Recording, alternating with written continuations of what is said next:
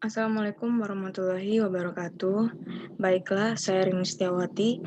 Saya akan menjelaskan beberapa materi. Yang pertama yakninya tentang sangkar Faraday, yang kedua tentang medan magnet, yang ketiga tentang hukum ampere. Baiklah, yang pertama yakninya ada sangkar Faraday. Sangkar Faraday adalah sebuah ruang tertutup yang terbuat dari bahan-bahan pengantar listrik. Sangkar Faraday juga melindungi bagian interior dari radiasi elektromagnetik jika konduktor tidak cukup tebal dan lubang apapun jauh lebih kecil daripada panjang gelombang radiasinya. Cara kerja sangkar Faraday. Sangkar Faraday dipahami sangat baik sebagai sebuah pendekatan ke konduktor berongga yang ideal. Jika muatan ditempatkan di dalam sebuah sangkar Faraday yang tidak dihubungkan ke tanah, maka permukaan bagian dalam sangkar akan bermuatan. Untuk mencegah eksistensi medan di bagian dalam tubuh sangkar, pemuatan permukaan bagian dalam ini akan mendistribusikan lagi muatan di dalam tubuh sangkar. Hal ini mengisi permukaan luar sangkar dengan muatan yang besarnya sama dengan permukaan bagian di dalam sangkar. Begitu muatan internal dan permukaan bagian dalam saling menghapuskan, penyebaran muatan di permukaan luar tidak dipengaruhi oleh posisi muatan internal di dalam sangkar. Jadi, sangkar akan menimbulkan medan listrik yang sama, hanya dengan diisi oleh muatan yang berbeda di dalam sangkar. Sebuah sangkar Faraday tak akan melindungi muatannya dari medan magnet statis. Namun, medan magnet yang berubah sangat cepat menciptakan sebuah medan listrik sesuai dengan persamaan Maxwell, di mana konduktor menghapuskan medan listrik dan dengan begitu dapat pula menghilangkan medan magnet. Ketebalan dan tebal kulit material tembok mengatur frekuensi di mana sangkar menekan medan elektromagnet. Medan magnet yang statis akan berubah perlahan-lahan, mampu menembus sangkar, berlawanan dengan medan magnet yang berubah dengan cepat. Sangkar Faraday dalam kehidupan nyata, yang pertama yakni scanner MRI biasanya diletakkan di dalam sangkar Faraday. Yang kedua ada kabel koaksial, di mana kabel ini merupakan kabel yang terbungkus oleh konduktor yang fleksibel, di mana berfungsi sebagai sebuah sangkar Faraday.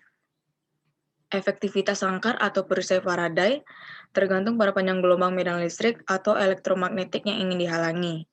Tingkat kualitas sangkar juga tergantung pada tipe maupun ketebalan logam yang digunakan dalam sangkar. Ini adalah merupakan rumus dari sangkar Faraday, di mana medan magnet dikalikan dengan dl akan sama dengan 0. Selanjutnya masuk pada materi yang kedua, yakni medan magnet.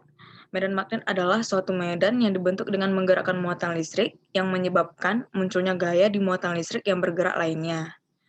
Medan magnet dapat ditimbulkan oleh distribusi arus menurut hukum ampere, yakni Biot-Savart, di mana hukum ampere ini menyatakan bahwa garis integral kuat medan magnet H sepanjang lintasan tertutup sama dengan arus I yang mengalir di sepanjang lintasan tersebut, atau dengan rumus H dikalikan dl akan sama dengan I. Selanjutnya ini sifat medan magnet. Hasil kerja Maxwell telah banyak menyatukan listrik statis dengan kemagnetannya, yang menghasilkan sekumpulan 4 persamaan mengenai kedua medan magnet tersebut. Berdasarkan rumus Maxwell, masih terdapat dua medan yang berbeda yang menjelaskan gejala yang berbeda.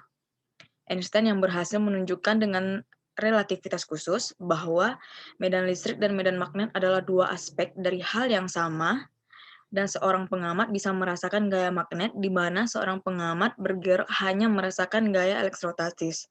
Jadi dengan menggunakan relativitas khusus, gaya magnet adalah manifestasi dari gaya elektrostatik dari muatan listrik yang bergerak, dan bisa diperkirakan dari pengetahuan tentang gaya elektrostatik dan gerakan muatan tersebut relatif terhadap seorang pengamat. Yang ketiga, kita masuk dalam hukum ampere. Hukum ampere menyatakan bahwa medan magnet dapat ditimbulkan melalui dua cara. Yang pertama yakninya lewat arus listrik dan dengan mengubah medan listrik. Hukum ampere menyatakan bahwa dalam keadaan rangkaian listrik tertutup, jumlah panjang elemen penghantar dikalikan dengan besarnya medan magnet yang searah dengan arah arus listrik adalah sebanding dengan permeabilitas ruang hampa, di mana 4V dikali 10 pangkat 7 Wb per AM dikalikan dengan nilai besar arus yang mengalir pada rangkaian tertutup. Jika ada dua buah penghantar sejajar yang panjang, terpisah sejauh D dan masing-masing dialiri arus sebesar I1 dan I2, maka kedua penghantar itu akan tarik-menarik atau tolak-menolak. Kenyataan eksperimen ini diperhatikan pertama kali oleh Ampere. Nah, ini merupakan rumus dari hukum Ampere, di mana B sama dengan delta OI per 2VR. Dan ini ada juga rumus yang kedua, ininya di mana B dikalikan dengan DL akan sama dengan PO. Selanjutnya ada rumus ketiga, di mana CW, ininya I kecil 0 dan I2 kecil dari 0. Selanjutnya ininya konfigurasi arus yang dapat diselesaikan dengan hukum Ampere.